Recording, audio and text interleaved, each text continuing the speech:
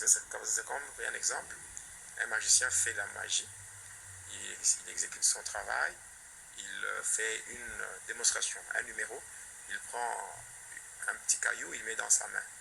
Il dit, regardez dans ma main, vous voyez quoi? Un caillou. Il ferme la main. Et après, il fait quelques incantations. Il ouvre la main. Il dit, mais regardez, qu'est-ce que vous avez vu? Il y a maintenant un bonbon. Les gens voient que c'est un bonbon. Mais qu'est-ce qui se passe? Qu'est-ce qui s'est passé? Entre le magicien et le spectateur, il y a un voile d'aveuglement. Quand il ferme la main, il y a un démon qui vient avec un bonbon. Lui, il ouvre, vous ne voyez pas. Le démon change, il met le bonbon et il prend le caillou. Quand il ouvre, il vous montre ça, il ouvre, donc il enlève le voile.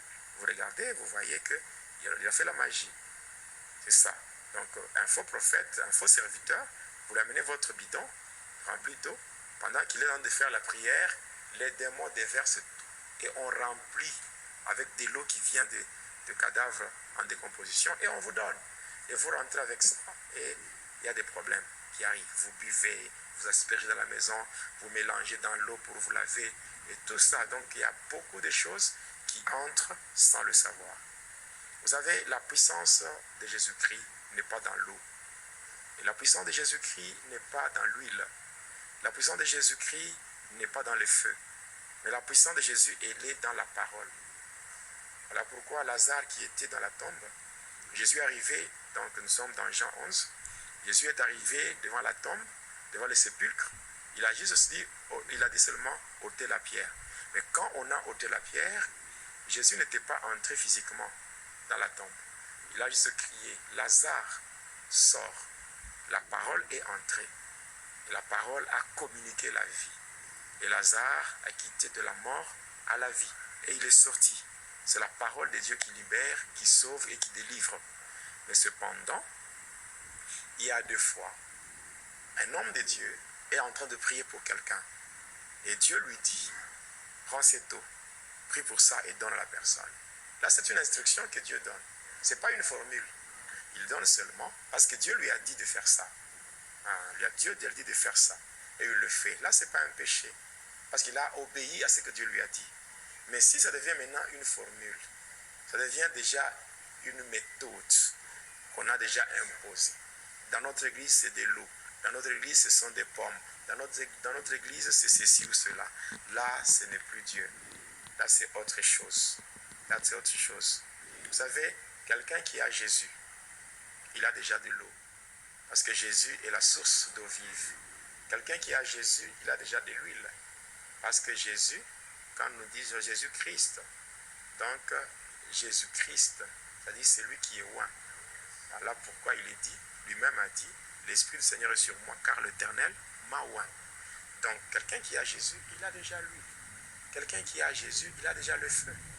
Parce que Jésus, quand il entre dans une personne, lui-même étant un feu dévorant, il va détruire tout ce que l'ennemi a mis dans la personne.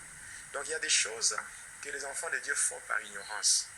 Mais ceux qui sont conscients de ce qu'ils font, ils imposent, parce qu'ils voient les églises comme leur boutique, et les articles de leur boutique, ce sont les fidèles, oubliant que ces fidèles qui sont dans les églises, ce sont les âmes que le Seigneur a sauvées à un grand prix.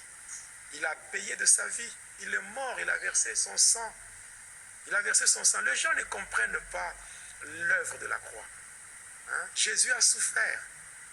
Le châtiment qui nous donne la paix est tombé sur lui, l'homme des douleurs.